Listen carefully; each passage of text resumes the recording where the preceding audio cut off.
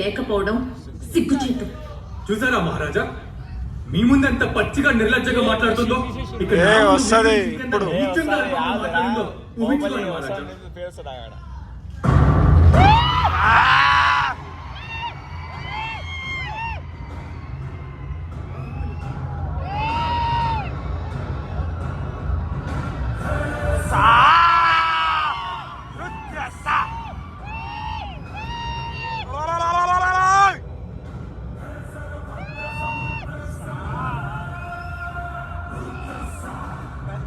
పెద్ద పులి వచ్చినాడు అసలు.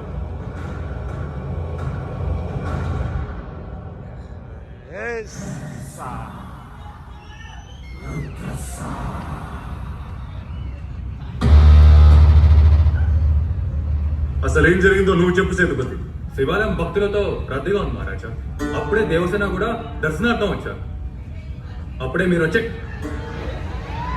సమయం కావడంతో వారిని ముఖద్వారం నుండి కాకుండా పక్క దూరం నుండి వెళ్ళమన్నాను. బాహో, ఏంటి ప్రవర్తన? బాధితుడిని బెదిరిస్తున్నావు. ప్రతిమాలితే నిజాలు బయటికి రావు మహారాజా. నీ హద్దులు అతిక్రమిస్తున్నావు బాహుబలి. నిండు గర్భిణిని సంఖ్యలతో నిలబెట్టి ఈ సభ ఎప్పుడో హద్దులు అతిక్రమించిందమ్మా. నిండు గర్భిణి అయినా పండు ముసలైనా నువ్వైనా నేనైనా విచారించే పద్ధతి ఒక్కటే. అసలేం జరిగిందో తెలుసా నీకు? ఏం జరిగింది దేవసేన? శివాలయంలో ఆడవాళ్ళందరినీ ఒకవైపుకి రమ్మన్నాడు. లోపలికి పంపే నెపంతో ఒంటి మీద చేయి వేసి నిమిరాడు. నా మీద కూడా చేయి వేయబోయాడు.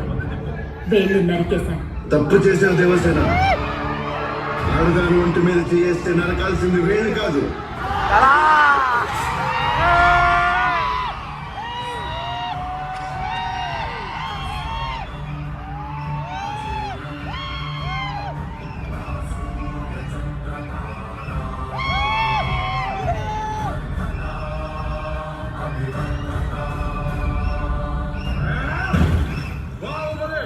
ఎంత ధైర్యం ఉంటే నా సభని అవమానిస్తా? తప్పు చేశాడు కాబట్టి సేతుపతి తడబడ్డాడు.